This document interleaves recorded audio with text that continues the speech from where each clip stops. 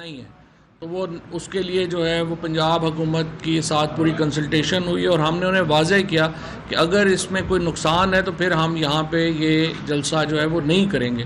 لیکن ہمیں جو سپورٹس منسٹری تھی انہوں نے ایشور کرایا کہ وہاں پہ کوئی ایسا نہیں ہے پرابلم، ہم نے نیا جو ہے وہ لگانی ہے اور اس کو ریموو کر کے وہ ہم اس کی جو بھی ہمارے ایکسپنسز ہوں گے وہ پی ٹی آئی جو ہے وہ دے رہی ہے.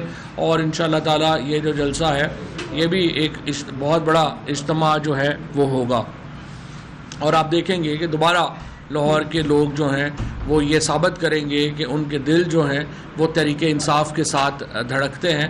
اور جس طرح سے اس وقت ایک لہر ہے تحریک انصاف کی، عمران خان کی، جتنے گھبرائے ہوئے چہرے آپ کو روزانہ نظر آتے ہیں ان سے ہی آپ اندازہ لگا لیں. آج ایک جو ان کی انفارمیشن سیکرٹری ہیں پی ایم ایل این کی، جن کو انہوں نے وزیر اطلاعات بنا تو دیا لیکن وہ کبھی بھی گرو نہیں کر سکیں، اور جس وقت جو وزارت اطلاعات کا بالکل بیڑا غرق ہو گیا، جتنے ہم نے کام شروع کیے تھے وہ سارے کے سارے، مجھے تو بڑا افسوس ہوتا ہے ایک بحیثیت پاکستانی بھی کہ کس طرح سے انہوں نے سارے وہاں کے جو پروجیکٹس ہیں ان کا بیڑا غرق کر دیا. پی ٹی وی جو بالکل ریٹنگز میں اوپر جا رہا تھا اس کا سارا بیڑا غرق ہو گیا.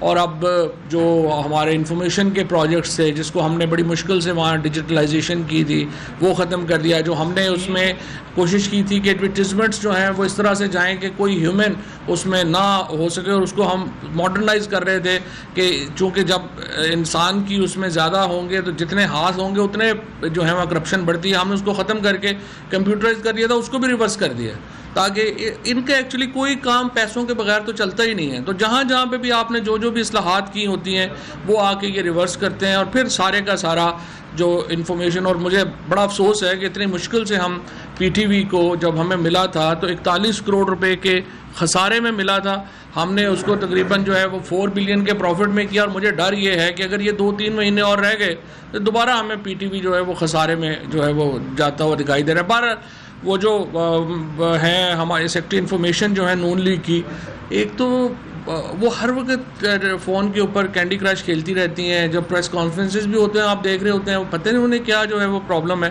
میں نے تو ویڈیو گیمز کو بڑا انکریج کیا تھا، اور میرا خیال ہے کہ اگلی دفعہ جو بھی ورلڈ چیمپئن شپ ہو رہی ہے اس میں وزیر اطلاعات، وزیر جو انفارمیشن سیکرٹری ہیں، وزیر اطلاعات کہنا تو ان کو توہین ہے عہدے کی، ان کو جو ہے وہ بھیجتے ہیں کہ وہ کام کریں جو کام ان کو آتا ہے. اب وہ آج انہوں نے فرمایا کہ عمران خان جو ہیں وہ ان کو پسینے آ رہے تھے، اور وہ جو کل بات کر رہے تھے، عمران خان ابھی بھی صبح اٹھ کے 2 گھنٹے جم کرتے ہیں. وہ آپ کے گولوؤں مولوؤں کی طرح لڑکتے نہیں جاتے ادھر سے ادھر.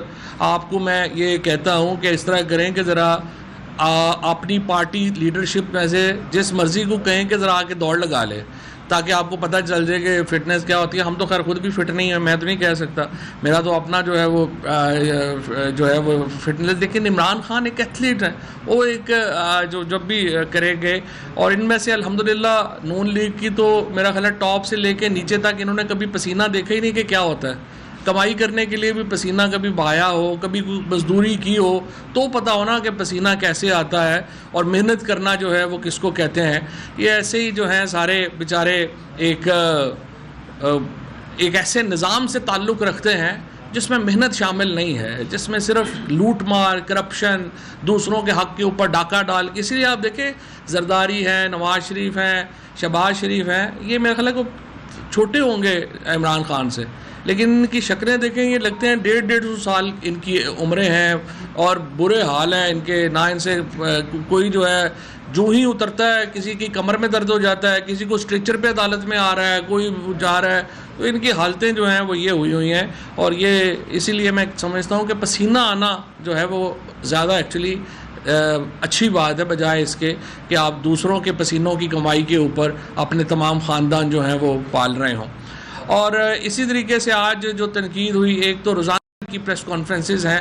میں ڈاکٹر مصدق ملک کو کی پریس کانفرنس میں دیکھتا ہوں، بار بار وہ کہتے ہیں عارف نقوی کون ہے. آپ مفتاح اسماعیل سے پوچھ لیجئے عارف نقوی کون ہے. سب سے گہرے دوست تو وہ مفتاح اسماعیل کے تھے. جب آپ نے کہ الیکٹرک عارف نقوی کو دی تھی تو نون لیگ سے پوچھیں کہ وہ کیوں دی تھی. اور دوسری یہ جو بار بار ایک منترا پڑھی جا رہی ہے اور پھر کہہ رہے ہیں ملک ریاض صاحب کے جو پیسے آئے وہ کدھر چلے گئے. مجھے آپ بتائیے کہ آپ ایک دفعہ بھی یہ آپ نے نہیں بتایا کہ ملک ریاض صاحب کے پاس جو پیسے آئے تھے، جو 46 ملین پاؤنڈ یعنی $100 ملین کا اپارٹمنٹ علی ریاض صاحب نے کس سے خریدا تھا؟ یہ حسن نواز سے خریدا تھا. ڈاکٹر مصدق ملک صاحب کو چاہیے کہ اپنے جو لیڈر ہیں یا اپنے جو لیڈر کے ابو ہیں ان سے پوچھ لیں کہ انہوں نے کس سے خریدا تھا، اور ذرا قوم کو بتائیں کہ $100 ملین حسن نواز کے پاس کہاں سے آئے تھے کہ وہ $100 ملین کا اپارٹمنٹ لے کے بیٹھا ہوا تھا.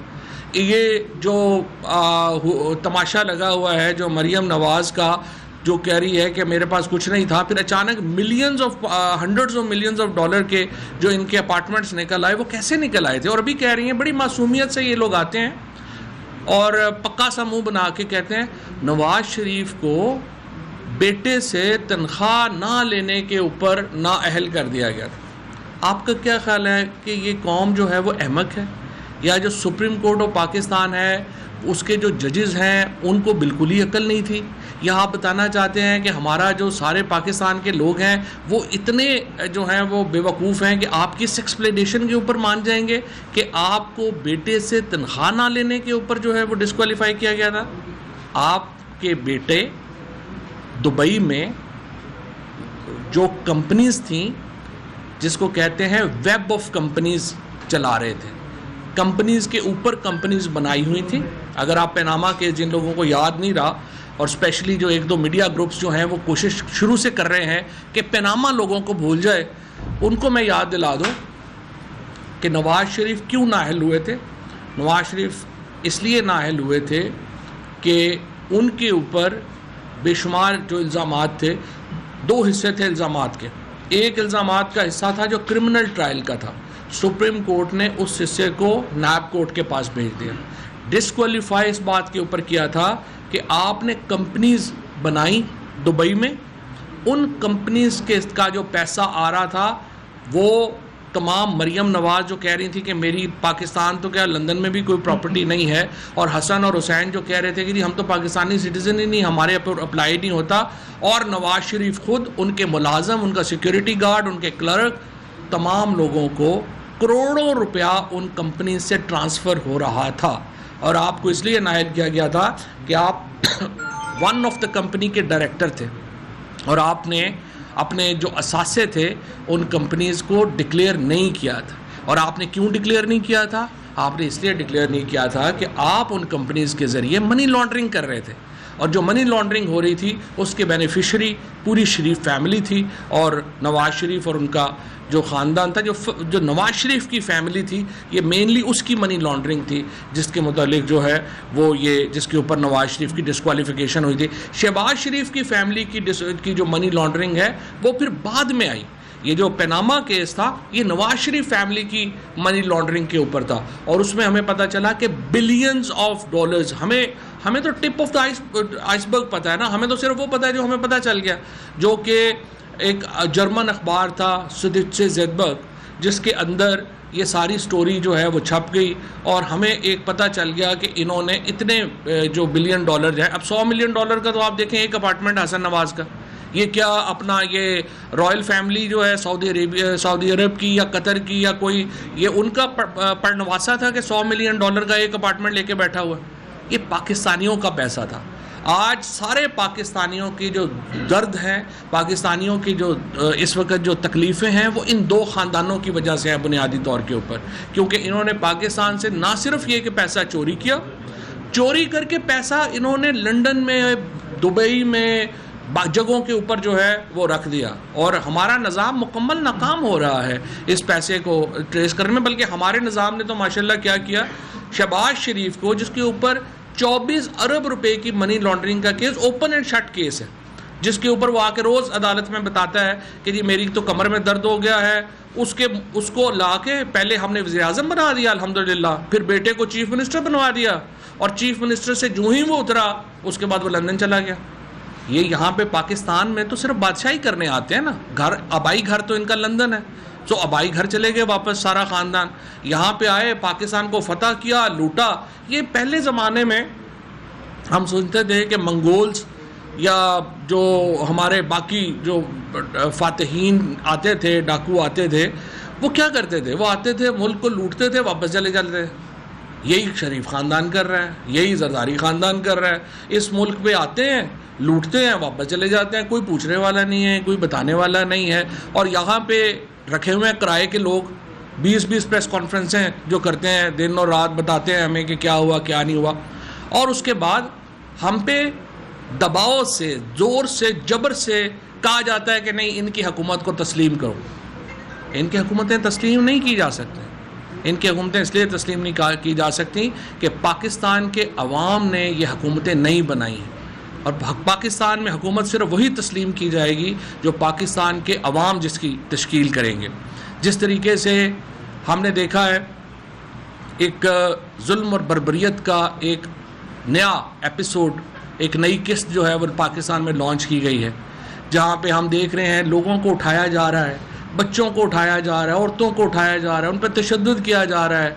اور اس کے بعد ثابت کیا جا رہا ہے کہ نہیں جی، یہ لکھیں جی، یہ لوگ جو ہیں یہ تو عمران خان کے کہنے کے اوپر جو ہے فوج کے خلاف کیمپین چلا رہے تھے.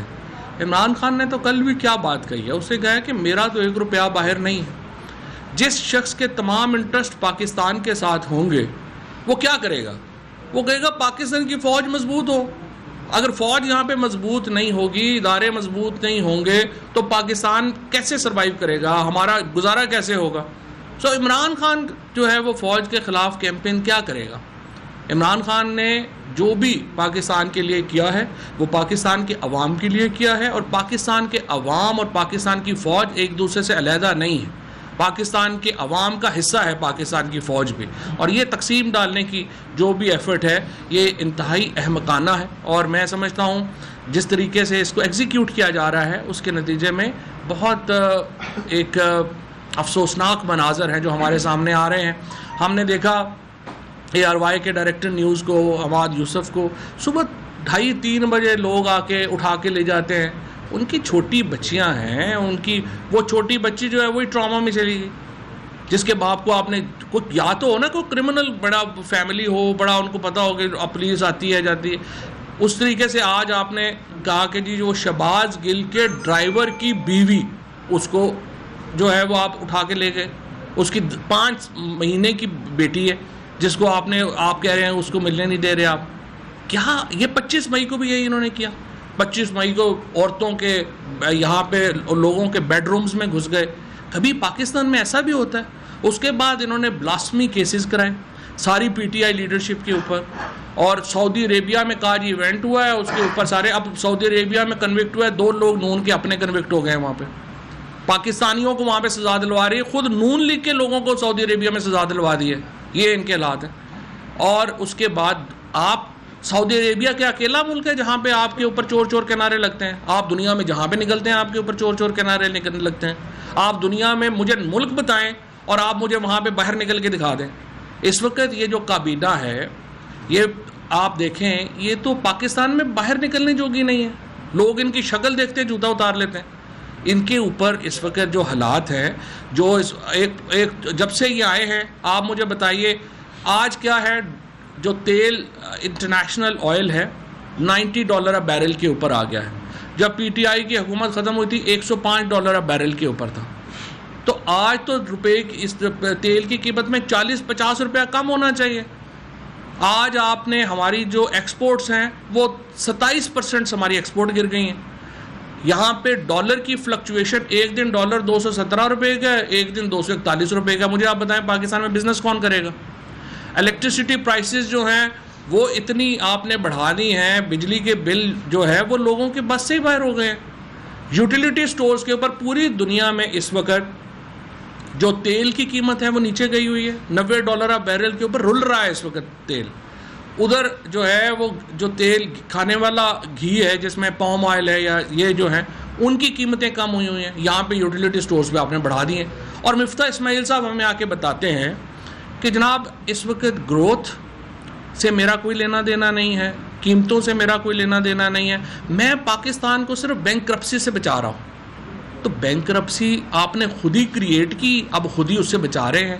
اصل میں آپ کیا کر رہے ہیں؟ آپ صرف اور قرضے لے رہے ہیں اس کے نتیجے میں پاکستان کی معیشت مزید سکڑ جائے گی، عام آدمی کے جو دکھ ہیں ان میں مزید اضافہ ہوگا، اور جس طریقے سے آپ لوگ اس ملک کا اور اس ملک کی مڈل کلاس کا اسپیشلی ہمارے ہاں جو سفید پوش لوگ ہیں جن کی آمدن 25-30 ہزار روپے مہینے سے لے کے 1.5-2 لاکھ روپیہ مہینے تک ہے، ان کی کمر ٹوٹ گئی ہے۔ ان کے کھانے پینے کی اشیاء آپ اندازہ لگا لیں 38% اس وقت ملک میں انفلیشن ہے۔ آپ نے کبھی ان لوگوں کے منہ سے بات بھی نہیں سنی ہوگی کہ پاکستان میں مہنگائی کے لیے یہ لوگ کیا کر رہے ہیں۔ آپ نے ان لوگوں کے منہ سے کبھی بات نہیں سنی ہوگی کہ پاکستان کی جو اس وقت جو بکھرتی ہوئی معیشت ہے اس کے لیے یہ لوگ کیا کر رہے ہیں۔ یہ لوگ ایک انٹرنیشنل ایجنڈے کے اوپر ہیں، انٹرنیشنل ہٹ مین ہیں، یہ سارا اس وقت جو گروپ ہے، اور یہ کیا کر رہا ہے، یہ پاکستان کی معیشت کو تباہ و برباد کرنے کے لیے بٹھائے گئے ہیں۔ اس کے نتیجے میں پاکستان ہمیشہ کے لیے آزادی سے محروم ہو جائے گا، جس قسم کی اس وقت یہ حرکتیں کر رہے ہیں، اور ان کی حالت اپنی یہ ہے کہ ان کو ہر کام کے لیے جو ہے ان کی اپنی جو ہے اس وقت کوئی حیثیت ہی نہیں، نہ انٹرنیشنلی نہ نیشنلی، پپٹس ہیں جو بیٹھے ہوئے ہیں، ان کو ہر کام کے لیے فون کروانے پڑتے ہیں، ہر کام کے لیے ان کو جو ہے وہ دیکھنا پڑتا ہے، اور یہ انٹرنیشنلی یہ جو امپورٹڈ حکومت ہے یہ پاکستان کے اوپر ہم سمجھتے ہیں کہ قرض ہے، اور جو یہ حرکتیں کر رہے ہیں اس وقت صرف ایک ہی طریقہ ہے، اور وہ طریقہ یہ ہے کہ لوگوں کو دبایا جائے، لوگوں کو دبایا جائے، اور اس کے نتیجے میں آپ یہ سمجھ رہے ہیں کہ ہم نے میڈیا میں بھی کچھ گروپس مینیج کر لیے ہیں، وہ بھی ٹھیک ہو جائیں گے۔ وہ میڈیا کہتا ہے لوگوں کو احمق تو نہ سمجھیں۔ آپ کیا کہیں گے کہ 1-2 گروپ صبح سے لے کر رات تک لگے رہیں گے کہ عمران خان نے یہ کر دیا تو آپ لوگوں کو بھول جائیں گے لوگ؟ بالکل بھی نہیں ہے، اور میں یہ سمجھتا ہوں کہ انشاءاللہ تعالیٰ یہ آخری مرحلہ حقیقی آزادی کا شروع ہو گیا ہے۔ اس کے اوپر ہم بڑے واضح ہیں۔ پاکستان میں واحد حل الیکشنز ہیں۔ یہ کہنا کہ ہم الیکشن اس لیے نہیں کرا سکتے کہ عمران خان جیت جائے گا تو پھر آپ ملک میں ماشاء اللہ لگا لیں۔ یہ کہنا کہ ہم الیکشن اس لیے نہیں کرا سکتے کہ اس میں پی ٹی آئی 2/3 میجورٹی لے لے گی، پھر آپ کوئی اور سسٹم لے آئیں۔ یہ تو کوئی بے تکی بات ہے کہ ہمیں پتہ ہے کہ عمران خان جیت جائے گا اس لیے ہم الیکشن نہیں کروانا چاہتے۔ سو میں سمجھتا ہوں کہ اس وقت پاکستان کے حالات پہلے بہت خراب ہیں، اب اس سے بھی زیادہ خراب کرنے کی ایک کوشش اور ایفرٹ ہو رہی ہے۔ ہم بڑے صبر سے یہ سارے معاملات جو ہیں اس کا جائزہ لے رہے ہیں، اور انشاءاللہ تعالیٰ یہ جو معاملات ہیں یہ لمبے نہیں چلیں گے، ہم بھی اس کو دیکھیں گے اور انشاءاللہ اس کو آگے لے کے چلیں گے۔ شکریہ۔ سوار صاحب یہ بتائیے گا کہ شہباز گل صاحب کا جو بیان ہے اس کو تحریک انصاف اون کرتی ہے، نمبر 1۔ دوسری چیز، جب شہباز گل کو پیش کیا گیا عدالت میں کوئی تحریک انصاف کا رہنما موجود نہیں تھا، کیا تھانے میں ان کو کوئی ملنے گیا ہے تحریک انصاف کا رہنما؟ میڈیا تھا وہاں پہ شہباز گل کو جب پیش کیا، چودھری صاحب اکیلے تھے تحریک انصاف کی طرف؟ صرف ایسا نہیں، وہ تو ان کا وکیل تھا، وہ تحریک انصاف کا نہیں تھا۔ آپ کو پتہ چلا رات کو کہ ان کو کدھر رکھا گیا تھا؟ آنسر از نو، کیونکہ شہباز کو ہر 6 گھنٹے کے بعد 3 گھنٹے کے بعد شفٹ کر دیا جاتا ہے کہ کہاں پہ ہیں۔ اگر آپ کو بھی پتہ ہے تو چلے آئیں میرے ساتھ، چلیں مجھے بتائیں کہاں پہ ہیں اور آئیں ملتے ہیں۔ اس لیے کہ جو اس وقت جو حالات چل رہے ہیں، ہماری پارٹی نے اس دن بھی پورا جو ہے وہ پتہ کیا اسلام آباد میں، علی اوان نے اور باقی سارے لوگوں نے، اور اس کے بعد جا کے جو ہے وہ اس کا شہباز سے ملنے کی بھی کوشش کی۔ میں نے خود بھی ہر جگہ کوشش کی کہ ان سے ملاقات ہو جائے، لیکن ان سے ملنے نہیں دیا گیا۔ اس کے بعد جو ہے ان کے وکیل کو بھی ملنے نہیں دیا گیا، اور اب بھی جو ہے ان کو جو میری اطلاعات ہیں وہ یہی ہیں کہ ان کو ہر 4 گھنٹے بعد نئی جگہ شفٹ کر دیا جاتا ہے۔ اور اگر آپ میں سے کسی کو پتہ ہے کہ وہ کہاں پہ ہیں تو مجھے بتا دیں، ابھی چلے چلتے ہیں، اور باقی لوگ بھی ان کو ڈھونڈ رہے ہیں۔ اور دوسری بات یہ ہے کہ جو آپ نے یہ بات کہی ہے کہ کورٹ میں نہیں تھا، کورٹ میں بھی اسی لیے نہیں تھا۔ رہنما تحریک انصاف فواد چودھری نیوز کانفرنس کر رہے ہیں۔